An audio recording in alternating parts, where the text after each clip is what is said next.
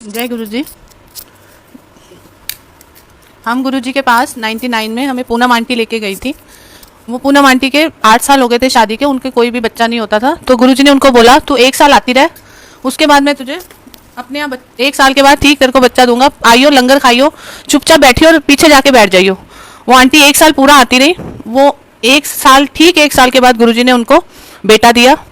उसके बाद गुरुजी वो माथा टेकने आई। गुरुजी ने क्या एक होर ले आंटी ने एक होर बेटा देता। उसके बाद गुरुजी ने जब वो दूसरी बारी आई तो गुरुजी कहते आंटी एक होर ले कहते नहीं बस गुरुजी थैंक यू, होर नहीं चाहिए था मनु। तो वो आंटी हमें गुरुजी के पास लेके गई थी। अब मैं अपना सत्संग शुरू करती हूँ। मेरी बेटी को गुरुजी ने हॉस्टल में डाला था। वो 8th में पढ़ने के 8 तक पढ़ने के लिए थोड़ा वीक होती जा रही थी। तो मैं इनसे लड़ती थी कि आप प्लीज़ इसको हॉस्टल में डाल दो।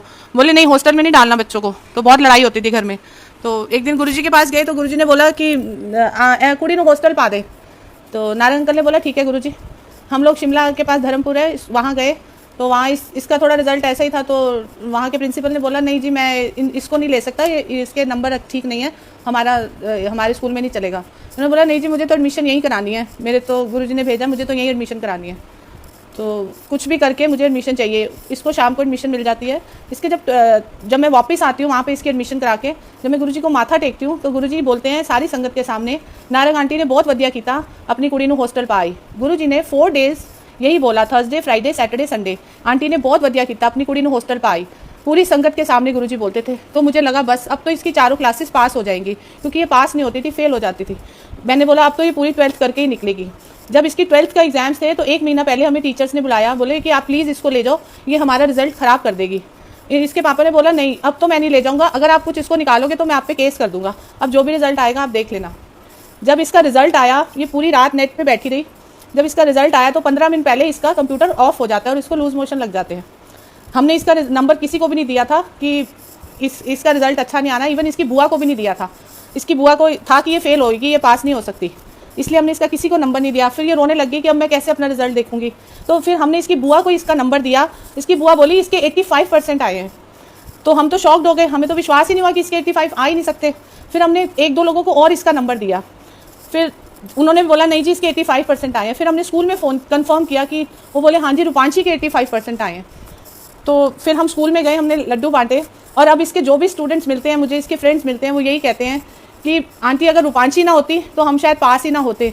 ये गुरुजी की कृपा से हुआ, वरना पॉसिबल ही नहीं था ये 12th भी पास करती। मैं आपको अपने बेटे का सुनाती हूँ। मेरे होने वाला था जब इसके बाद बेटी के बाद। तो एंड में जब मैं डॉक्टर को दिखाने गई, उन्होंने बोला मॉर्निंग में कि आप डिस्कस कर रहे थे दूसरे डॉक्टर से कि इनके तो बेटी होएगी। तो मेरी वो भाभी थी कज़न, उन्होंने बोला नहीं इसके तो बेटा होना चाहिए, नहीं तो इसका मुझे ऑपरेशन पहले हो चुका है, दोबारा मैं इसको ऑपरेट नहीं कर सकती। तो ऐसे वो डिस्कस कर रहे थे, मैंने सुन लिया। मैं घर आई, मैं रोने लग गई। मैं शिव जी को बहुत मानती थी, साईं बाबा को। मैंने बोला शिव जी प्लीज़ आप कोई चमत्कार कर दो, मुझे लड़का ही चाहिए। इन्होंने भी डांटा, मम्मी ननद ने भी डांटा कि रोने की ज़रूरत नहीं है, लड़की आएगी तो कोई बात नहीं। मैंने बोला नहीं फिर बोलोगे कि एक और करो, तो मैं नहीं करूँगी, मुझे बेटा ही चाहिए। मैंने शिव जी को जाके सिर्फ यही प्रेयर करी कि शिव जी आप प्लीज़ कोई चमत्कार कर दो, मुझे बेटा चाहिए। जब ये हुआ उस दिन डॉक्टर ने अपने माथे पे हाथ मारा, बोला अरे तू आ रहा था, मैं तो तेरे को काट पीट के परे कर देती तेरी माँ को, उसको इतनी दर्दें दी मैंने। चलो जी ये बड़ा हुआ 5 साल का। जब हम गुरुजी के पास गए, मैंने माथा टेका, मेरे बाद इसने टेका। तो गुरुजी बोले कुड़ी सी मुंडा बनाता रोंदी सी। मैं पीछे मुड़ के देखा, मैंने कहा गुरुजी किसको बोल रहे हैं? तो गुरुजी कहते तन्नू कह रहे हैं, कुड़ी सी मुंडा बनाता रोंदी सी, शिव जी तो मंगदी सी। तो उसके बाद गुरुजी ने इसके लिए मुझसे बादाम मंगवाए, गाय का दूध बोला, इसको गाय के दूध में एक बादाम को ब्लेस किया और वो बोला कि वो उसको दूध में पीस के इसको सुबह रोज़ पिलाना। वो गाय का दूध वाला ढूंढा, फिर हमने गाय का दूध लगाया। उसके बाद कहते देखी जाए कि बनूंगा। उसके बाद आज वो उसके हाथ पैर बिल्कुल लड़कियों जैसे थे और हेयर्स भी बिल्कुल ब्राउन लड़कियों जैसे थे बाजू पे। और जब ये बड़ा हुआ तो बिल्कुल सही पंजाब का जट लगता है। ये गुरुजी की कृपा है। इसलिए गुरुजी कहते हैं मत पूछो किसी से कि आप कब आए, कब से आए, मैं तुम्हारे साथ कब से जुड़ा हूँ, तुम्हें नहीं पता। मेरी बेटी को बहुत एलर्जी हो जाती थी, स्किन एलर्जी हो जाती थी, उसकी बॉडी पे ना पूरे रैशेज हो जाते थे। तो ये बहुत चीखती थी। हम तब गुरुजी ने बच्चों को अलाउड नहीं किया हुआ था जाना। तो हमने बोला कि ठीक है एक दिन आप चले जाओ बेटा, कोई बात नहीं। बोली नहीं मम्मी वहाँ सब बोलेंगे चिकन पॉक्स निकला हुआ है, पेरेंट्स ने भेज दिया, अच्छा नहीं लगता, मैं नहीं जाऊँगी। मैंने बोला नहीं चले जाओ, कुछ नहीं होता, आज मैं नहीं जाऊँगी, आप चले जाओ। तो ये गई। जैसे ये गई, इसने शॉर्ट्स पहनी हुई थी, ये एम्पायर स्टेट की सीढ़ियों पे पैर रखती है और एकदम लाइट चली जाती है। ये पूरा माथा टेक के जैसे ही ऊपर बैठती है, अगेन दोबारा लाइट आ जाती है। ये वहाँ से आती है। इसके वो गुरुजी इसको नहलाने के लिए माला देते थे, पहले गुरुजी के चरणों में हार फूलों की माला चढ़ती थी, वो देते थे इसको। वो जैसे जैसे हम इसको नहलाते थे वैसे वैसे वो और बाहर निकलती थी और ये चीखती थी, गुरुजी मुझे बचा लो प्लीज़, गुरुजी मुझे बचा लो। वो गुरुजी इसको देते रहते थे। फिर इसको एक बारी और एलर्जी हुई, इसको हमने हॉस्पिटल में एडमिट कराया, इसको वॉमिट हुआ, इसको बहुत गंदा वाला वॉमिट हुआ था, तो ये फेंट हो गई। मैंने जोशी अंकल को फ़ोन किया, मैंने बोला जोशी अंकल मेरी बेटी की हालत बहुत ख़राब है, प्लीज़ आप गुरुजी को बोलो ना। बोले नहीं नहीं गुरुजी को कुछ बोलने की ज़रूरत नहीं है, आप चिंता मत करो आंटी, सब ठीक होगा। उसके बाद हम इसको वहाँ पे स्टीरॉइड्स देते रहे, सब कुछ होता रहा, पर इसको कोई फ़र्क नहीं पड़ा। फिर हम इसको घर ले आए। नेक्स्ट डे बोली मुझे गुरुजी के जाना है। मैंने बोला अच्छा आज संडे है तो हम दोनों चलते हैं, तो आज आप भी चल लो। इसके पूरे मुंह पे छाले थे, पूरी बॉडी पे छाले थे, तो ये खा पी नहीं सकती थी, स्ट्रॉ से पीती थी, ड्रिप चढ़ रहे थे इसको। इसके बाद उसको मैं वहाँ ले गई, संडे का दिन था, संडे को बच्चे अलाउड होते थे, तो वहाँ पे इसको खाना हमारे गुरुजी के बहुत मिर्ची वाला होता था, तो गुरुजी बहुत मिर्ची वाला होता था। मैंने इसको बोला बेटा मत खा, तेरे पूरे मिर्ची से मुंह जलेगा। तो इसने बोला मम्मी आप मुझे ठीक होने दोगे कि नहीं होने दोगे?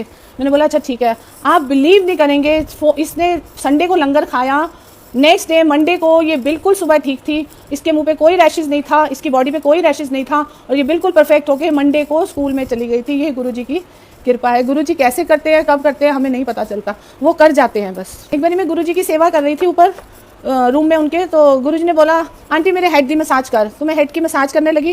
तो गुरुजी, मैंने रिंग्स पहनी थी, वो रिंग्स मैंने इनसे लड़के बनवाई थी कि जब से शादी हुई है आपने मुझे कुछ नहीं बनवा के दिया, चलो बाकी तो सब ठीक है, मेरे पास कोई रिंग नहीं है, सेट की रिंग्स है। तो बोले कि चलो, रूपांशी ने बोला चलो पापा मम्मी को 2 ही रिंग्स ले देते हैं। तो मैंने वही रिंग्स पहनी हुई थी, अभी 15 दिन ही हुए थे मुझे, तो मैंने गुरुजी का हेड मसाज करने लगी, तो मुझे लगा गुरुजी को सॉफ्ट स्किन है, गुरुजी को लग जाएगी, तो मैंने रिंग्स उतार के साइड टेबल पे रखने चली गई। तो गुरुजी बोले कितने गई आंटी? मैं क्या गुरुजी मैं बस ये रिंग उतार रही थी, आपको लग ना जाए इसीलिए। बोले ला छट परे, आज 2 बार पानी ही नहीं, आज 2 बार पानी दी लोड़ ही नहीं। मैंने उसी टाइम वो रिंग्स उतारी और नारंग अंकल को नीचे जाके उनके पॉकेट में डाल दी। बोले क्या हुआ? मैंने बोला गुरुजी ने बोला इसको पहनना ही नहीं है आज के बाद, वो दिन है और आज का दिन है, मैंने कभी हाथों में रिंग्स नहीं पहनी। गुरुजी क्या करते हैं, कैसे करते हैं हमें नहीं पता, उनकी आज्ञा में रहने में ही सब ठीक होता है। एक दिन गुरुजी रूम में बैठे हुए थे, गुरुजी बोले चलो नारंग आंटी आज हम अपनी अटैची ठीक करते हैं। मैंने बोला ठीक है गुरुजी। गुरुजी ने नारंग अंकल को नीचे टिक्की बनाने के लिए भेज दिया और बोले चलो नारंग आंटी आज ना मेरी अटैची ठीक करो और मेरे कपड़े प्रेस करके लाओ। गुरुजी ने एक शर्ट निकाली, दूसरी, गुरुजी अपनी चीज़ों का, लाइट का, हर चीज़ का बहुत ध्यान रखते थे। तो किशोरी अंकल भी थे, किशोरी अंकल गुरुजी की मसाज कर रहे थे। तो गुरुजी ने बोला आंटी ये शर्ट है ना प्रेस कर लिया। मैं क्या ठीक है गुरुजी। कहते उधर ज्योति के कमरे चली जा, उत्थे जाके प्रेस कर लिया। मैं गई, मैंने बोला ज्योति गुरुजी बोल रहे हैं कि मेरी शर्टें प्रेस करनी है। आंटी आपको बोला? मैंने बोला हाँ। बोले फिर ठीक है आप ही प्रेस करो। तो मैंने बोला ठीक है। गुरुजी के कपड़े इतने सॉफ्ट होते थे कि डर लगता था। मैंने सब थोड़े थोड़े प्रेस, हल्की प्रेस मारी। एक शर्ट इतनी सॉफ्ट थी, मैंने बोला ये तो मैं नहीं करूँगी, अगर जल वल गई तो गलत बात हो जाएगी। मैंने उसको एज ए तय करके बीच में रख दिया। जब मैं गुरुजी के पास गई, गुरुजी कहते कर ली आंटी प्रेस? मैं क्या हाँ जी गुरुजी। कहते फिर पंजाबी में बोलते थे नहीं प्रेस करके ले आई। मैंने कहा नहीं गुरुजी सॉरी। कहते जा इन्हों दोबारा प्रेस करके ला। मैंने झूठ बोल दिया। इसलिए गुरुजी सब जानते हैं, हम उनसे कुछ नहीं छुपा सकते। उनको एक एक बात, एक एक पल पल का हमारी पता है। मैं तो गुरुजी की ऐसी बातें सुनाऊंगी जो हमारा उनके साथ अच्छा वक्त बीता हुआ, और जो उनकी कृपा है वो तो आप सबको पता ही है कैसे चलती है। गुरुजी के साथ अच्छा बिताया हुआ वक्त है, वही मैं आपको सुनाऊंगी बस। गुरुजी ने का साग आ रहा था पंजाब से, गौरव था गाड़ी में, मैं थी, मेरा ड्राइवर था और अंकल थे। हम लोग सीधा, गुरुजी बार बार फ़ोन करी जा रहे थे लंच टाइम हो गया, कितने पहुँचे। हम लोग गए तो गुरुजी ने गौरव को बोला कि गौरव ले आया साग? हाँ जी गुरुजी। मक्की की रोटी कौन बनाऊगा? कहते गुरुजी देखते हैं। गौरव मेरे पास आया, बोला आंटी आप मक्की की रोटी बना दोगे गुरुजी के लिए? मैंने बोला हाँ मैं बना दूंगी। बोला ठीक है आप गुरुजी आंटी बना देंगे? कहते ठीक है। जब मैंने गुरुजी को, मैं अपनी वो नहीं करती, पर गुरुजी ने जो बोला मैं वही बताऊंगी। जब मैंने गुरुजी को अंदर रोटी बना के भेजी, मक्की की रोटी, तो नारंग अंकल और गौरव अंकल दोनों खड़े थे रूम में। तो गुरुजी बोले आज मैं रोटी खाई है, आंटी ने बिस्कुट वर्गी रोटी बनाई है, मैं तो नौकरा दे हाथ की रोटी खा खा के थक गया सी। कहते हैं गौरव गुरुजी ने आज ऐसे कटोरी पहुँच के रोटी खाई आंटी, मैं आपको बता नहीं सकता। ये हमारे गुरुजी हैं, इतने भोले, इतने प्यारे। एक दिवाली का दिन था, मैंने इनको बोला मुझे आज गुरुजी के पास जाना है।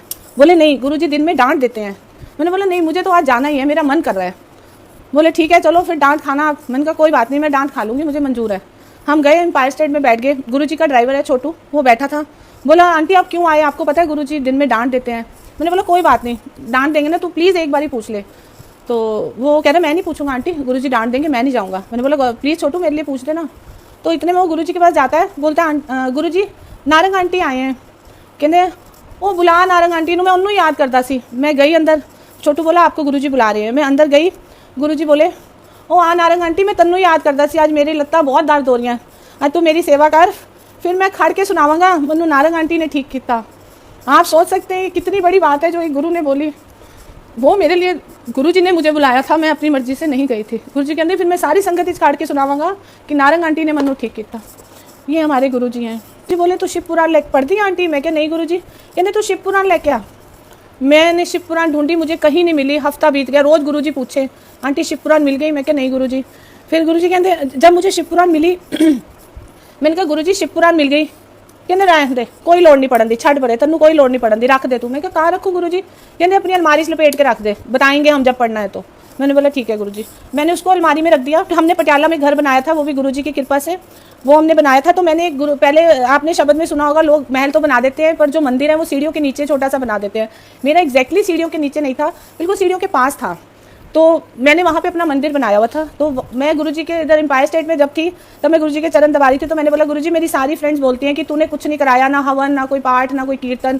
कहने लै छड़ परे, कोई लोड़ नहीं हवन कीर्तन पखंड करन दी, कोई लोड़ नहीं। मैं बैठा ना ऐ फोटो लै जा रख दी, हो गया तेरा घर ब्लेस। मैं फालतू दे पखंड नहीं करी दे कीर्तन हवन। मैंने कहा ठीक है गुरुजी। मैंने वो फोटो जाके अपने मंदिर में रख दी शिव पुराण के साथ। अब उसके बाद मैं अपनी पूजा वूजा करके अपना ऊपर गई। ऊपर हमने गुरुजी का रूम बनाया हुआ था, उसमें अलग गुरुजी का रूम था, गेस्ट रूम था। अभी मंदिर नहीं बनाया था ऊपर मैंने। तो उसमें मैं ऊपर गई तो मेरी मेड नीचे से चलाई, आग लग गई, आग लग गई। मैंने सोचा शायद मीटर में आग लग गई, मैं भागी। वो बोली नहीं मंदिर में आग लग गई। आप बिलीव नहीं करेंगे, वो जो गुरुजी ने मुझे फोटो दी थी वो पूरी जल गई, सारी फोटोज जल गई मेरी। जो शिव पुराण थी ना उसको आग ने छुआ भी नहीं था, बिल्कुल टच भी नहीं किया था। मैंने उसी टाइम नारंग अंकल को फ़ोन किया। मैंने बोला नारंग अंकल मंदिर जल गया पूरा, प्लीज़ मुझे ऊपर मंदिर बनाना है। बोले ठीक है, आप सामान वगैरह मंगा लो, सब तैयारी कर लो, शुरू करवा दो काम। हमने ऊपर मंदिर बनाया, काफ़ी पुरानी संगत ने और सबने देखा है, बहुत सुंदर मंदिर था गुरुजी का। फिर वो बना। फिर अब मैंने सोचा कि इतना बड़ा मंदिर बन गया, इसमें मैं क्या करूँगी। गुरुजी तो कोई पाठ वाठ बोलते ही नहीं, कुछ कराते ही नहीं। वो तो अगरबत्ती जला लो, माथा टेक लो। इतने बड़े मंदिर में मैं अब करूँगी क्या। चलो जी, हम इसके बाद हम पटियाला से हम दिल्ली पहुँचे। तो शाम को जब मैंने गुरुजी को माथा टेका तो गुरुजी बोलते हैं आंटी तो शिव पुराण पढ़ती है?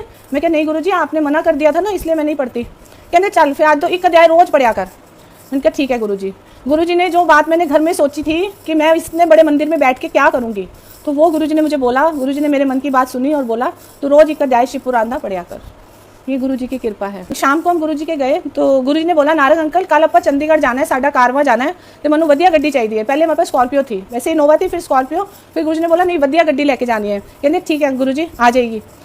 सैटरडे का दिन था, हम लोग सुबह गए, सरचा विहार में शोरूम था, वहाँ गए। हमने बोला हमको इनोवा चाहिए। बोले इनोवा तो नहीं मिल सकती बिना बुकिंग के। तो ये बोलते हैं आप देखो अगर किसी की कैंसिल होती है मैं तो आपसे लेता हूँ, मुझे हर हालत में चाहिए। तो बोले ठीक है आप बैठिए थोड़ी देर, हम कुछ करते हैं, अगर किसी की कैंसिल हो जाती है तो हम आपको दे देंगे पर कैश पे देंगे। बोले ठीक है मुझे मंजूर है पर आप प्लीज़ कुछ करो। वो 2:30 बजे आता है, बोलता है जी ये कि इनोवा कैंसिल हो गई है, आप अरेंजमेंट कर लो अपने पैसों का और आपको गाड़ी शाम तक रेडी है। कहते शाम तक मुझे रेडी चाहिए। मैंने बोला ठीक है आपको 6 बजे तक मिल जाएगी। उन्होंने शाम को 6 बजे 6 सवा 6 बजे हमें गाड़ी हैंड ओवर की। हम सीधा घर गए, तैयार हुए, हम एम्पायर स्टेट पहुँचे। हमने माथा टेका, हमने सोचा गुरुजी पूछेंगे, कल बोला है तो आज पूछेंगे कि गड्डी ले आया नारंग। हमने माथा टेका, गुरुजी ने कुछ नहीं बोला। फिर हमने लंगर खा के फिर माथा टेका, गुरुजी ने कुछ नहीं बोला। हम अंदर से बड़े परेशान, कल तो गुरुजी ने गाड़ी मंगा ली और आज कह रहे हैं कि कुछ बात ही नहीं, कुछ पूछा ही नहीं, कुछ बताया ही नहीं, कल जाना है नहीं जाना क्या है। फिर उसके बाद गुरुजी हम लोग माथा टेक के घर चले गए। अब इन्होंने चाबी को गुरुजी के चरणों में रखा, ब्लेस करवाया और हम लोग चुपचाप जेब में डाल के घर आ गए। अभी हम घर के बिल्कुल पास ही पहुंचे थे, हमारे वहाँ पिक्चर हॉल है सावित्री, उसके जस्ट पास ही पहुंचे थे तो गुरुजी का फ़ोन आ जाता है। वो नारंग कितने गया? कहने गुरुजी मैं तो कार पहुंचने वाला। वो कंजूस पार्टी नहीं देनी सी? कहने नहीं गुरुजी देनी सी। चलो फिर इत्थों ही वापस मुड़ो, इंपीरियल होटल पहुंच जाओ, सीधा कार नहीं जाना। ये बोले मेरी जेब में तो 4 साढ़े 4 हज़ार है, तब इतना कार्ड वार्ड का भी नहीं होता था, तो शाम का टाइम होता था, इतनी कैश होती थी। तो बोले गुरुजी ने तो बोल दिया अब घर जाना नहीं, तो नहीं जाना। गुरुजी ने बोल दिया तो उसकी तो पत्थर की लकीर हो जाती थी।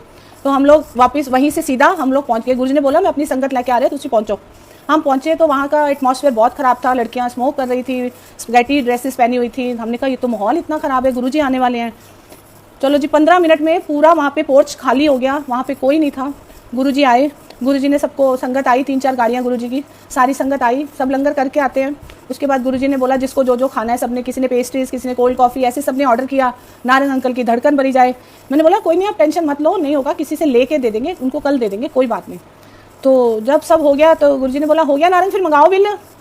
तो जब बिल आया आप लोग बिलीव नहीं करेंगे, विद टिप पूरा 4,500 रुपये वो बिल आया हमारा। ये गुरुजी की कृपा। उसके बाद बाहर निकले तो गुरुजी कहते हैं नारंग गड्डी च घुमाना नहीं, ब्लेस नहीं करानी गड्डी। कहते हाँ जी गुरुजी। तो क्यों नहीं घुमाना। तो गुरुजी बीच में बैठ गए, मेरे को पीछे बिठाया सीट पे, और नारंग अंकल ड्राइव कर रहे थे। नारंग अंकल बोलते हैं गाड़ी इतनी हैवी हो गई थी जैसे मैं कोई ट्रक चला रहा हूँ। उसके बाद गुरुजी ने पूरा हमें घुमाया, कनॉट प्लेस में पूरा घूमे। उसके बाद हमें एम्पायर स्टेट छोड़ा, हमने गुरुजी को एम्पायर स्टेट छोड़ा। गुरुजी कहते जा नारंग, हो गई तेरी गड्डी ब्लेस, कल अपन ने जाना है चंडीगढ़। हम लोग चंडीगढ़ गए। उसके बाद हमने एक गलती हुई थी हमारे से, हम लोग उसी इनोवा में, गुरुजी ने हमें मना किया हुआ था कहीं नहीं जाना। जब मैं पूछती थी गुरुजी हम शिमला चले जाएं, बर्फ़ पड़ी है, कहते की लोड़ है जान दी, कितने जान दी लोड़ नहीं, मैं बैठा ना, इतनी ही बर्फ़ है, इतने ही सब कुछ है। ठीक है गुरुजी। इनके फ्रेंड इनके पीछे पड़ गया, तूने नई गाड़ी ली है वैष्णो देवी चल। वो बहुत पीछे पड़ गया, तो इन्होंने बोला चलो इतना बोल रहा है तो मैं मना नहीं कर सकता, तो हम लोग चले गए। हमने बोला हम किसी को नहीं बताएंगे कि हम वैष्णो देवी होके आए हैं। हम वैष्णो देवी गए, वहाँ सब कुछ अच्छा हुआ, सब कुछ ठीक मिला, हमें गर्म पानी मिला, हर चीज़ अच्छा हुआ। उसके बाद जैसे हम वापस आ रहे थे तो हमारा एक्सीडेंट हो जाता है। हमारे सामने से एक ट्रक आ रहा होता है जिसकी ब्रेक फेल हो जाती है। वो ट्रक पहले एक सुमो को गिराता है, फिर वो एक ट्रक को टक्कर मारता है, उसके बाद वो आके हमें हिट करता है। तो इन्होंने हाथ जोड़ा कि आज हमें कोई नहीं बचा सकता, हम तो गए। इतने में वो ट्रक ने इतनी जोर से हिट किया हमारी इनोवा को, पूरी हमारी इनोवा डैमेज हो गई। और हम लोगों को ऐसे भी झटका नहीं लगा कि जैसे कुछ हुआ ही नहीं होता, और गाड़ी आगे से पूरी खत्म हो गई, और मेरा फ़ोन वोन सब नीचे गिर गया। उसके बाद हम सब लोग आए, क्या हुआ कहते हैं आप लोग तो बिल्कुल सेफ है, आपकी गाड़ी की तो हालत बुरी है, आप लोग कैसे बच गए। तो उधर से एक आर्मी कॉन्वॉय जा रहा था, वो बोलते हैं कोई थर्ड पार है जिसने आपको आके बचाया है। तो हम लोग अपना गए, वहाँ पे पुलिस आ गई, हमें अच्छा VIP ट्रीटमेंट मिला, अच्छे 5 स्टार में हमें रखा गया। जो उनका फ्रेंड था उसको तो ऐसे ही रूम मिला, जो हमें रूम मिला वो बहुत ही अच्छा रूम था। चलो जी ये सब हुआ। इन्होंने ड्राइवर को बोला तो थोड़ी सी गाड़ी तो ठीक करा ला, पटियाला तक तो हम पहुँच जाएँ, उसके बाद हम दिल्ली ले जाएंगे। वो गया सुबह, उसने उसमें रेडिएटर में ईसफ गोल्ड डालवाया और गाड़ी स्टार्ट होगी। गाड़ी स्टार्ट होके फिर हम लोग पटियाला पहुँचे। बोले गाड़ी ऐसे खड़ी तो रहेगी नहीं, जिससे लिए वहीं से करवानी पड़ेगी। तो हम दिल्ली ले आए। जब हम दिल्ली शोरूम लेके गए तो बोला कि ये आप गाड़ी चला के कैसे लाए हो।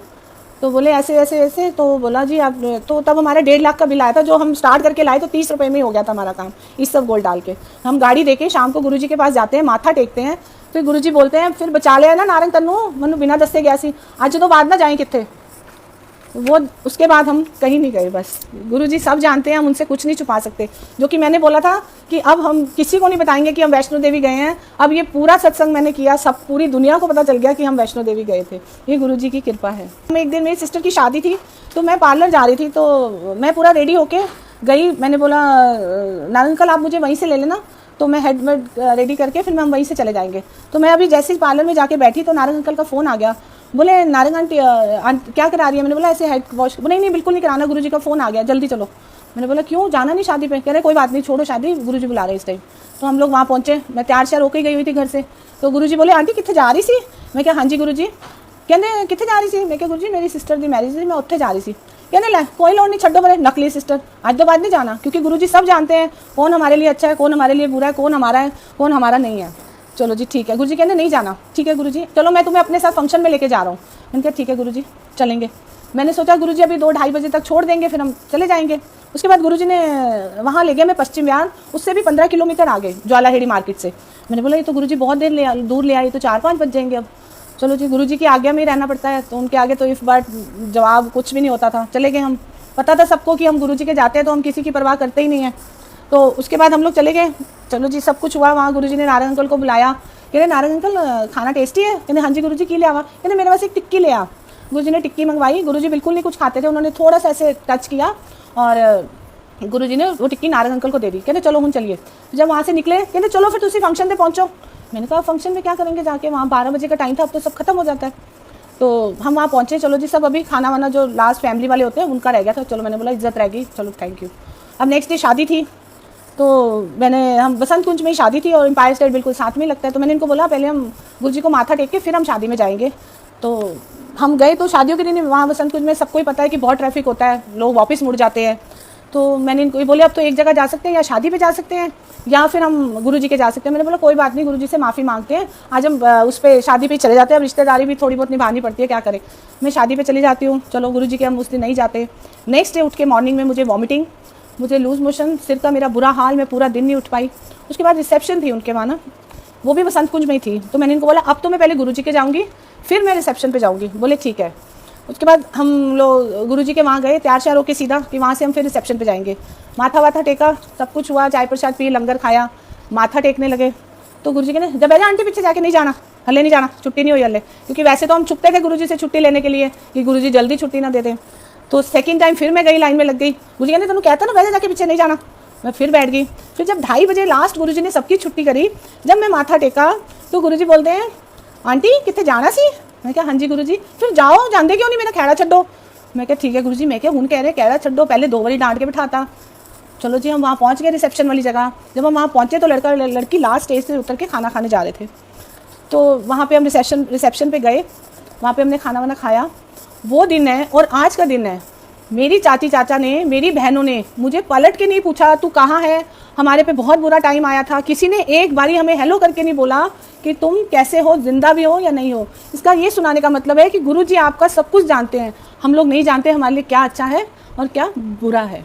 तो ये गुरुजी मुझे पहले ही बता चुके थे तेरी नकली सिस्टर है, कोई लोड नहीं जानती। वो सिस्टर्स मुझे बिल्कुल नहीं पूछती हैं, वो सब वेल सेटल्ड है। हमारे पे बहुत बुरा टाइम आया था, वो भी गुरुजी की कृपा से टल गया, हो जाएगा, सब ठीक हो जाएगा। अब मैं आपको सुनाती हूँ अपने माइग्रेन का।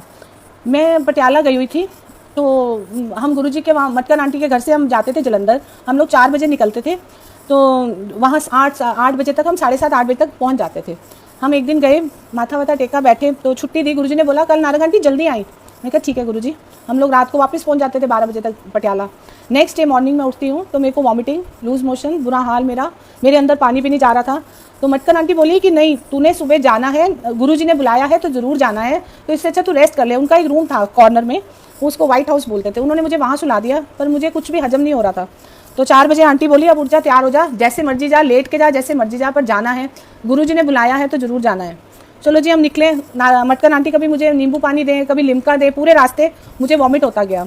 वहाँ पहुँचे तो गुरुजी के सेवादार बोले कि नारंग आंटी कौन है। तो मैंने बोला मैं हूँ। कह रहे गुरुजी आपकी बहुत देर से वेट कर रहे हैं आंटी। तो मैं अंदर गई तो गुरुजी बोले आंटी तू लेट क्यों आई, मैं तुम्हें जल्दी बुलाया सी। मैं कहा गुरुजी मेरे ना माइग्रेन का अटैक हो गया था, मुझे वॉमिटिंग हो रही थी इसलिए मैं लेट आई। कहने अच्छा फिर जा बैजा मेरी सीट दे सामने जाके, बिल्कुल बैजा। गुरुजी आए, गुरुजी ने पर्पल चोला पहना था, मुझे आज भी याद है। गुरुजी आए, गुरुजी आते थे, सबसे पहले चाय प्रसाद आता है, सबको पता है। फिर गुरुजी कड़ा प्रसाद बांटते थे, वो सूजी का बांटते थे पहले। वो सूजी का प्रसाद आया, वो मैंने इनको बोला, मैं तो गुरुजी एक हाथ से देते थे और हम दोनों हाथों से नहीं ले पाते थे, वो इतना ज़्यादा होता था। मैंने बोला मुझे तो वॉमिटिंग आ रही है, मैं नहीं खा पाऊंगी। चाय प्रसाद मैंने पिया, मुझे कुछ नहीं हुआ। बोले नहीं ये तो खाना पड़ेगा, तू गाड़ी में बैठ जा, मैं तेरे को पानी ला के देता हूँ, तू थोड़ा थोड़ा करके खाती जा। मैंने वो पूरा खाया, मुझे कुछ नहीं हुआ।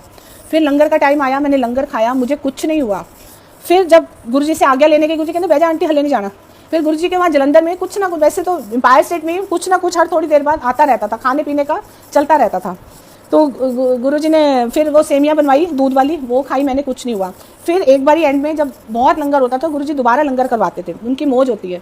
तो गुरुजी ने हमें दोबारा लंगर कराया, मैंने वो भी खाया, मुझे कुछ नहीं हुआ। फिर गुरुजी कहते आजा आंटी बैजा चन्ना को। फिर मैं बैठी, मैं दबा रही, तो कहते ठीक है आंटी। मैं क्या हाँ जी गुरुजी बिल्कुल कुछ भी नहीं हुआ। कहते जा फिर आज दो बात तेरा लेंटर पाता, माइग्रेन बंद, आज दो बात तेरे माइग्रेन दे लेंटर पाता। वो दिन है तेचूट, आज का दिन है, उनकी कृपा से मुझे कभी माइग्रेन का अटैक नहीं हुआ। जय गुरुजी। गुरुजी इसलिए सुना रही हूँ कि गुरुजी कैसे किस का ध्यान छोटा हो या बड़ा हो कैसे रखते थे, ये मैं इसलिए सुना रही हूँ क्योंकि ये गुरुजी की छोटी छोटी बातें हैं जो हमको अच्छी शिक्षा और अच्छी सोच देती है।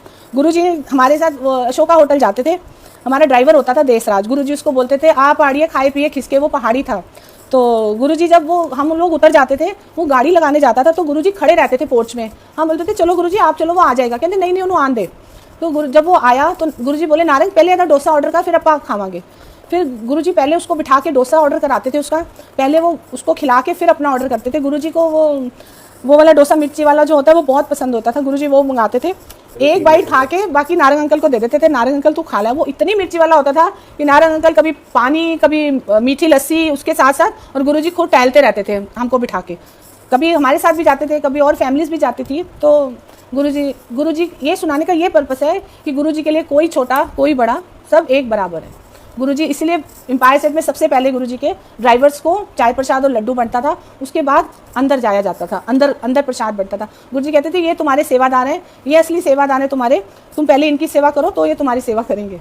एक बार हम गुरुजी के साथ मैं बिरला आंटी के घर गई थी, सारी संगत गई थी मतलब। तो गुरुजी ने मुझे बोला नारंग आंटी आजा कमरे से आजा। एक और आंटी थी मेरे साथ, मुझे उनका नाम नहीं याद है।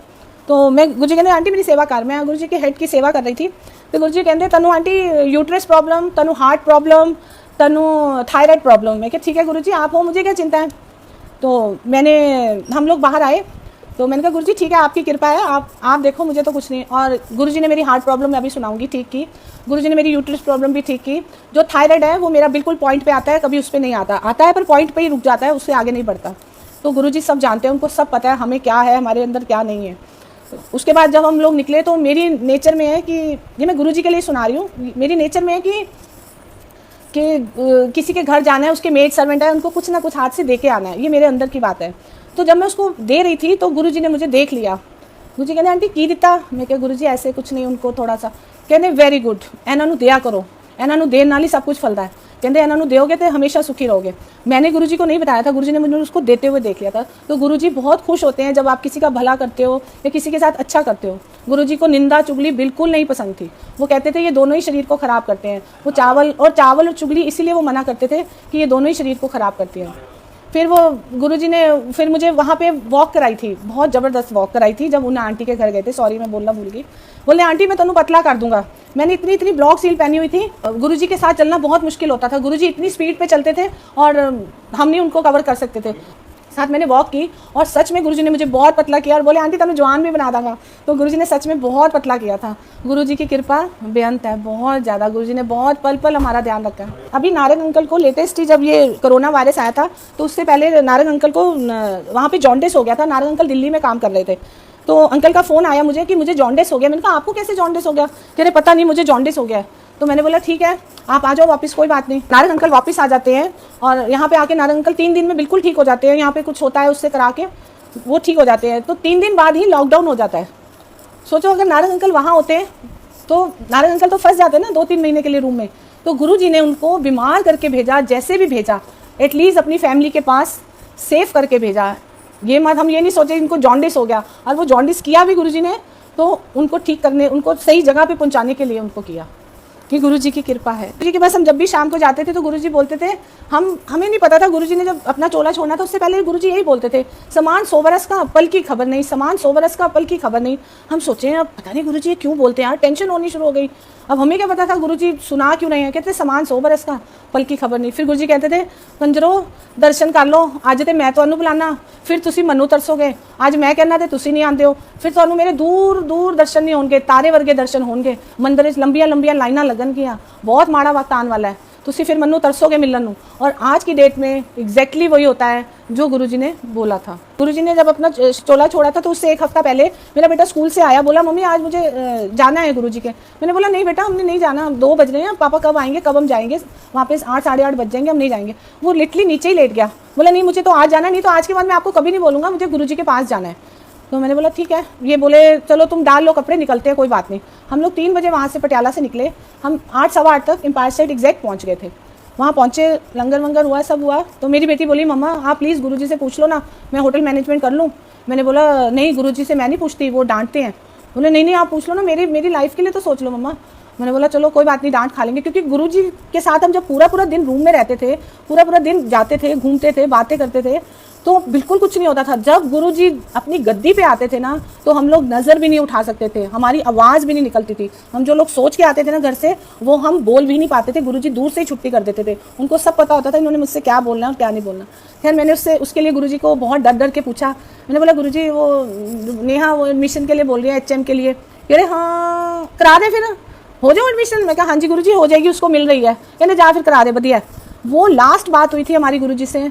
वो प्रिंस ने कैसे रो के, उनका बुलावा था क्या था, उन्होंने हमसे, वो लास्ट बात हुई थी। नेक्स्ट संडे हमें पता चलता है कि गुरुजी ने चोला छोड़ने वाले हैं। उसके बाद पूरे रास्ते हमने तो सब कुछ छोड़ा और हम वहाँ से निकले। जब हम वहाँ पहुँचे और रास्ते में सबके फ़ोन आई जाए, गुरुजी को दोबारा रिवाइव हो रहे हैं, सब पाठ करो, दुखभंजनी साहब का पाठ करो, ये पाठ करो। हम लोग पूरे रास्ते पाठ करते आए। ये हो ही नहीं सकता कि गुरुजी चले जाएं, ऐसा कोई चमत्कार तो होगा, कुछ तो होगा। जब हम बड़े मंदिर पहुँचे, ऐसा नज़ारा, जो मंदिर इतना सुंदर सजता, इतना सुंदर, वो पूरा वाइट चादरों से पूरा, वो हमारे लिए सबसे बड़ा दुख का दिन था वो हमारे लिए। एक दिन हम गुरुजी के साथ, मैं गुरुजी के ऐसे ही सत्संग सुनाऊंगी जो हमने उनके साथ वक्त बिताया। मैं गुरुजी के साथ, हम लोग साउथ एक्स गए थे, विला अपीरियंस है वहाँ पे। तो गुरुजी ने वहाँ से अपने कपड़े वगैरह खरीदने होते थे, तो गुरुजी गए हमारे साथ शॉपिंग करने। तो वहाँ गए तो गुरुजी को पसंद नहीं आया। गुरुजी बोले होर भी हैगा कितने? मैं क्या हाँ जी गुरुजी, एक M ब्लॉक में भी है इसका शोरूम। कह रहे चलो उत्थे चलने आसी। तो हम लोग M ब्लॉक में गए। उसके विला अपीरियंस वाले के साथ में एक पार्लर भी था। तो गुरुजी बोलते हैं मैं यहीं से अपनी शेव और पूरा वो करा लेता हूँ, फिर मैं घर जाके चोला बदल लूँगा। तो मैंने बोला ठीक है गुरुजी। गुरुजी जब वहाँ पे बैठते हैं उसकी सीट पे तो एकदम बैठते ही उठ जाते हैं, बोले नहीं नारंग आंटी मैं घर ही जाके आऊँगा, मज़ा नहीं आ रहा इसके यहाँ बैठ के, मुझे अच्छा नहीं लग रहा इसके यहाँ बैठ के। मैंने बोला ठीक है गुरुजी चलते हैं, एम्पायर स्टेट चलते हैं। तो गुरुजी हम लोग गाड़ी में बैठे तो गुरुजी मुझे कहते हैं नारंग आंटी तू केड़े पार्लर जानी है। मैं क्या गुरुजी मैं तो इधर ही पास में जाती हूँ जीके में, ब्लशेज़ एंड ब्लेज में। कहते अच्छा फिर चलो आज हम नारंग आंटी के पार्लर में चलते हैं। मैंने बोला मेरी तो हालत बुरी हो गई। मेरे वहाँ पार्लर में सबको पता था कि मैं गुरुजी को मानती हूँ, मेरे गले में लॉकेट होता था। तो मैं वहाँ फटाफट गुरुजी के पहले उतरने से भाग के नीचे जाती हूँ। मैंने बोला मेरे गुरुजी आ रही है, प्लीज़ प्लीज़ प्लीज़ सब अच्छे से कर देना जो वो कराएंगे। तो गुरुजी जैसे स्टेयर से उतरते हैं किसी को बोलते हैं नीचे उतरते ही तू सुखमनी साहब का पाठ किता कर, तू जपजी साहब का किता कर। वो सब बोलते बोलते गुरुजी कहते हैं कि नारंग आंटी है ते जलंधर दी आंटी है, एदा हस्बैंड ते आर्मी तो रिटायर्ड है। और मुझे इतने साल हो गए थे, मुझे आज तक नहीं पता था कि वो जो ओनर है वो कहाँ की है। उस टाइम पे वो ओनर पार्लर में नहीं थी। चलो जी उन्होंने गुरुजी ने वहाँ से शेव कराई, सब कराया, गुरुजी को अच्छा लगा। तो मैंने उनको बोला मैं ना आपको आके पैसे दूंगी, मैं गुरुजी को छोड़ के आऊँगी फिर मैं आपको आके पैसे दूंगी। तो गुरुजी ने मुझे पूछा भी आंटी पैसे नहीं देने। मैं कहने गुरुजी हो गया चलो तुसी।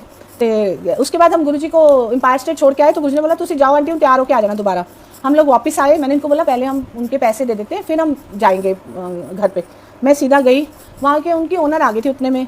तो मैंने उनको बोला आंटी आज आपको पता है आपके यहाँ कौन आया था। बोले कौन आया था। मैंने कहा मेरे गुरुजी आए थे। कह रहे इन्होंने तो मुझे कुछ भी नहीं बताया, मेरे एम्प्लॉयज़ ने, उन्होंने डांटा भी उनको। उन्होंने मेरे से गुरुजी का पूरा एड्रेस लिया, सब कुछ लिया। हम लोग घर आए, हम लोग रेडी होके गुरुजी को छोड़ के वापस आके तैयार होके हम दोबारा एम्पायर स्टेट पहुँचे। गुरुजी के पास जब मैं माथा टेकने लगी तो मैंने देखा जो आंटी को गुरुजी पार्लर में गए थे वो आंटी मुझसे पहले ही वहाँ बैठी हुई हैं और गुरुजी के चरण दबा रही हैं और इतना बड़ा बुके लेके गुरुजी के पास बैठी हैं। मैं तो शॉक्ड हो गई। तो ये गुरुजी पार्लर नहीं गए थे, गुरुजी वो आंटी को बुलाने गए थे। गुरुजी की ये कृपा है। गुरुजी कैसे करते हैं कब करते हैं हमें नहीं पता चलता। मेरे के ना पेट में दर्द होता था तो मैंने इनको बोला मेरा पेट ऐसे लग रहा है जैसे फुटबॉल बन गया हो, आप हाथ लगा के देखो इतना हार्ड हो रहा है। तो ये बोले ठीक है दिखा देते हैं डॉक्टर को। डॉक्टर के दिखाया तो उसने बोला आपकी स्टोन है 15 mm का, तो इसको ऑपरेट करवाना पड़ेगा, तो आप इसको जल्दी से जल्दी ऑपरेट करवा लो। तो वहाँ पे सब डॉक्टर्स को दिखाया पटियाला में। तो वहाँ पे एक हॉस्पिटल था, नया ही बना था, उसमें मेरे को नारंग अंकल ने बोला इधर ही ऑपरेट करवा लेते हैं। तो उसमें हम गए तो नारंग अंकल ने सब अंदर गए तो बात करके आए। उसमें पैसे वैसे जमा करवाने गए तो अंकल, मैं बाहर बैठी हुई थी गाड़ी में, इतने में एक ना डेड बॉडी जा रही होती है। तो मैंने बोला इनको क्या हो गया, ये क्या हो गया इनको। मैंने गार्ड से पूछा तो बोला इनका नया हॉस्पिटल बना था, बोला इनकी ना डेथ हो गई, अभी कल ऑपरेशन हुआ है, एडमिट हुए थे, इनकी डेथ हो गई। तो मेरी तो सुन के हालत बुरी हो गई। मैंने बोला अब क्या करें, नारंग अंकल तो पैसे जमा कराएंगे तो दिक्कत हो जाएगी। नारंग अंकल आए, मैं पूरी रात इनकी टांगे दबाऊँ, डर के मारे कुछ बोलूँ ना कि इन्होंने पैसे जमा कराए या नहीं कराए, फिर डांट पिटेगी। चलो जी, मैंने बोले क्या हो गया तेरे को। मैंने बोला आपने पैसे करा दिए। बोले हाँ क्या हो गया। मैंने कहा मुझे यहाँ नहीं कराना। फिर क्या हो गया। मैंने कहा ऐसी डेड बॉडी जा रही थी तो मुझे डर लग गया। बोले ठीक है चलो हम दिल्ली ले जाएंगे। मैं इतनी बुरी हालत थी, मैं पूरे रास्ते मुझे नहीं पता मैं कैसे बैठ के गई, पर जो गुरुजी का लॉकेट था वो मेरे पेट पे ही रहा और मुझे कुछ नहीं हुआ। मैं पूरे रास्ते आराम से गई। वहाँ हम पहुँचे, हम 4 घंटे में पटियाला से मैक्स हॉस्पिटल साकेत में पहुँच जाते हैं। वहाँ डॉक्टर चुप गए शायद से, स्टोन के हैं। तो वहाँ पहुँचे तो इन्होंने नर्स को बोला कि ऐसे ऐसे है, दिखाना है डॉक्टर साहब को। तो बोले अपॉइंटमेंट के बिना तो नहीं देखेंगे डॉक्टर साहब। मैंने बोला आप ट्राई कर लो, देख लो, अगर हम आए हम इतनी दूर से। तो उन्होंने बोला ठीक है मैं डॉक्टर साहब से पूछ लेती हूँ। वो गई, उसने डॉक्टर साहब से पूछा ऐसे ऐसे आए हैं आप देख लेंगे। उन्होंने बोला हाँ दिखा दो। उन्होंने बोला ठीक है आपका ऑपरेशन होगा, आप कल एडमिट हो जाना। इन्होंने बोला ठीक है। अगले दिन हम नेक्स्ट डे एडमिट होती हूँ मैं। वो एडमिट होते हैं तो वो मेरा ECG करते हैं। ECG करते हैं तो वो ECG कर ही जा रहे हैं, उनको समझ ही नहीं आ रही। 15-16 उन्होंने पेपर फाड़ दिए। इतने में ये नीचे जाते हैं तो ये ऊपर आते हैं तो मैं रूम में नहीं होती, ये घबरा जाते हैं कहाँ गई। तो वो सीधा मुझे ICU में ले जाते हैं। वहाँ ले जाके वो मेरा सारा इको वगैरह करते हैं। इको में कुछ गड़बड़ आती तो मुझे एज इट इज़ बेड से ही वो ICU में ले जाते हैं इको करके। तो बोले आपकी वाइफ है वो। बोले हाँ जी। कह रहे वो बच्ची कैसे हुई है, हमें तो ये बताओ पहले, उनको इतनी बड़ी हार्ट प्रॉब्लम हुई है। बोले नहीं मैं तो स्टोन का कराने आया था। बोले नहीं जी वो तो जी कैसे नहीं है आप ये सोचो, वो चल के कैसे आई है आप ये सोचो। वो मुझे 3 दिन पूरा ट्रीटमेंट होता है वहाँ पे, सब कुछ होता है। मेरे अंदर कुछ भी नहीं जा रहा होता। वो स्टोन तो एक साइड में हो गया, स्टोन तो पता ही नहीं कहाँ गया, स्टोन तो मैं भूल ही गई। वो मेरी हार्ट प्रॉब्लम थी जो गुरुजी ने इतनी पेनफुल स्टोन को कर दिया था। अगर मैं नारंग अंकल को बोलती कि मुझे हार्ट प्रॉब्लम है तो अंकल कहते छट तनु कोई हार्ट प्रॉब्लम नहीं, कुछ नहीं है। तो वो गुरुजी ने तो फिर मेरा एंजियोग्राफी हुआ तो डॉक्टर ने मेरे सिर पे हाथ फेर के बोला अरे आपकी तो सारी आर्टरीज खुली हैं, आपको तो कोई प्रॉब्लम ही नहीं है, आप तो बिल्कुल ही ठीक हो। ये बोले कि अभी तो आपने बोला था। नहीं कह रहे इनको तो कुछ भी नहीं है, परफेक्ट है एकदम। चलो जी छुट्टी होने वाली होती है मेरी शाम को, क्योंकि मैं कुछ भी नहीं खा पी रही थी। तो शाम को मेरा पूरा डिनर आता है वहाँ पे। हॉस्पिटल का। मैंने वो पूरा डिनर खाया। तो मैंने नारंग अंकल को बोला, अब मुझे मेरा वो एंजियोग्राफी हुई तो काफ़ी पट्टी वट्टी बंदी होती है, यहाँ से हुई थी। तो बोले अब तूने पट्टी वट्टी बांधी? मैंने कहा नहीं, मुझे तो गुरुजी के जाना सीधा, मैं वहाँ जाऊँगी माथा टेक के फिर मैं घर जाऊँगी। बोले ठीक है। हम लोग गए, मैं वहाँ गई, मैंने माथा टेका। मैं घर से यहाँ से हॉस्पिटल से पूरा लंगर खा के गई थी, जो कि मैं बिल्कुल भी नहीं कुछ खा पी रही थी। मैं वहाँ गई, मुझे वहाँ पे चेयर पे अलग से बिठाया, सीढ़ियों के पास जो ऊपर जगह है वहाँ बिठा के मुझे उन्होंने एक थाली दी, जो कि 4 लोगों की थाली होती है। वो थाली उन्होंने मुझे पकड़ा दी। मैंने बोला मैं ये कैसे खाऊंगी? उसमें शिमला मिर्च थी, कड़ी थी, हलवा था और रोटियां थी, जितनी की 4 लोगों की होती हैं। आप बिलीव नहीं करोगे, मैंने वो पूरा खाया, मुझे पता ही नहीं चला वो अमृत कहाँ से कहाँ चला गया। जो 4 लोगों की थाली थी वो मैंने बीमार ने अकेली खाई। और वो दिन है, आज का दिन है। मैंने कभी स्टोन नहीं चेक कराया, मुझे कभी स्टोन टचवुड पेन नहीं हुआ। और जो स्टोन की प्रॉब्लम थी वो गुरुजी ने हार्ट प्रॉब्लम मेरी ठीक करनी थी, इसलिए मुझे एडमिट कराया था। ये गुरुजी की कृपा है। गुरुजी ने मुझे बोला था ना कि तेरे को हार्ट प्रॉब्लम है, तेनू यूट्रस प्रॉब्लम है। ये गुरुजी ने कैसे ठीक कर दी मुझे नहीं पता। एक दिन हम गुरुजी के पास ऑफ डे में गए थे, थोड़ा सा भूल जाते इसलिए देखना पड़ता है, थोड़ा लिख लिया था। ऑफ डे में गए थे हम, गुरुजी के 10-15 लोग थे। तो गुरुजी ने मुझे किचन में बुलाया, बोले नारंग आंटी आ जा, आज आप सब्जी बनाने हैं। मैंने बोला ठीक है गुरुजी। गुरुजी ने हांडी रखी गैस पे, बोले आंटी ये गाजर पा कटी हुई, हुन आलू पा दे, मटर भी पा दे। ठीक है गुरुजी, डाल दिया। उसके बाद गुरुजी आए, उन्होंने घी का डिब्बा उठाया, पलट दिया, कोई कड़छी नहीं, कोई नाप नहीं, कोई कुछ नहीं। नमक डाल दिया कड़छियों से, हल्दी डाल दी, मिर्ची डाल दी। मैंने बोला ये क्या कर रही है, सब्जी बनेगी, क्या बनेगा? मैंने बोला गुरुजी के आगे तो आप कुछ नहीं बोल सकते, वो बोलेंगे दिन है तो दिन है, रात है तो रात है। उसके बाद गुरुजी ने मुझे बोले आंटी ले पैन पानी लिया, ऐ भी पा दे। मैं कि गाजर मटर में पानी कौन डालता है, तो भरता बन जाएगी। मैंने पानी डाल दिया, गुरुजी ने एक कड़छी मारी, उसमें ढका, सिम पे करा, कहते आ जाना आंटी बाहर बैठा, चाय प्रसाद पी लो। मैं थोड़ी देर बाद नारंग अंकल को कोनी मारूं, मैंने कहा वो सब्जी, गुरुजी कहते बह जा, तेरी सब्जी ने कुछ नहीं होना। फिर थोड़ी देर बाद मैं नारंग अंकल को कोनी मारूं, गुरुजी ने फिर मुझे डांटा। फिर मैंने तीसरी बारी गुरुजी कहते हैं जा नारंग आंटी तेरी सब्जी हो गई, हूँ जा देख ला हूँ अपनी सब्जी खराब तो नहीं होगी तेरी सब्जी। फिर वो सब्जी इतनी, फिर उसके ऊपर गुरुजी ने धनिया डाला, उसको एक बारी भूना, कच्ची मारी, वो सब्जी इतनी टेस्टी बनी थी। मैंने वो गाजर मटर की सब्जी कभी आज तक जिंदगी में नहीं खाई और ना ही मैं उसका टेस्ट भूली। और इतनी सारी रोटियां उस दिन हमें गुरुजी ने प्रसाद में दी थी कि नारंग अंकल तो खाई जा, बस रुकी ना। हमें तो जब भी जितना प्रसाद मिलता था हम पूरा खाते थे। एक दिन हम विम्पी अंकल के घर गए थे, वहाँ पे सारे सोफिस्टिकेटेड लोग आए होते हैं, तो आपको पता ही है, हमें तो आदत थी, गुरुजी अमृति देते थे 10-10, 8-8 हम इकट्ठी खा के आते थे। हमारे लिए तो प्रसाद होता था। गुरुजी बोलते थे कार जाओगे तो मिठाई अच्छे खाओगे थे, दवाई है, तो हम तो पूरा खाते थे। तो वहाँ गए तो हमें बर्फी का, काजू की बर्फी मिली, गुरुजी ऐसे मैश करते थे, कट्टी ब्लेस करते थे, दे देते थे, हमको दी, हम तो एक बारी खा ली, वापस आ गए, दोबारा दी, दोबारा खा के वापस आ गए। और वहाँ पे जो लोग वो सोचे शायद हम गाँव से आए हैं, कभी देखा नहीं है इसलिए ऐसे खा रहे हैं। तो गुरुजी तो कुछ भी देते थे, वो अमृत बन के कैसे घुल जाता था हमें नहीं पता, बिल्कुल नहीं पता। गुरुजी ने मुझे कड़ाह प्रसाद बनाना सिखाया था। है तो छोटे छोटे सत्संग पर बहुत गुरुजी को छू जाते हैं, गुरुजी ऐसे लगता है बस साथ में बैठे हैं हमारे गुरुजी। गुरुजी ने बुलाया, बोला जोशी आंटी पहले बनाती थी ये वाला कड़ाह, तो जोशी आंटी अमेरिका चली गई थी। तो एक दिन पहले गुरुजी ने मुझे किचन में भेजा, जा आंटी देख ला कड़ाह कितना बनता है। और मैंने देखा वहाँ तो पिप्पो से पलट रहे हैं, सीधा ऐसे आटा डल रहा है, ना नाप ना तोल, मुझे तो समझ ही नहीं आया कुछ। मैं अपना करके आ गई। तो अगले दिन नेक्स्ट डे गुरुजी ने, थोड़ी सी संगत बैठी थी, सुधा आंटी भी बैठे थे, तो गुरुजी कहने कड़ाह किन्हों बनाना आता है। तो सुधा आंटी ने मेरा हाथ खड़ा कर दिया। मैं कहा आंटी मुझे नहीं आता, मुझे तो एक कटोरी का भी नहीं आता, प्लीज़ आप मुझे मत बोलो। कहने नारंग गुरुजी नारंग आंटी बनाएगी। मैं क्या मरवा दिया आंटी ने तो मुझे। मैं अंदर गई, मेरे तो पहले ही हाथ पैर फूल गए, क्योंकि वहाँ तो कड़छियाँ नाप तोल होता ही नहीं है, वहाँ तो सीधा ही पीपे, सीधा ही आटा, सीधा। मैंने शुरू किया प्रसाद बनाना।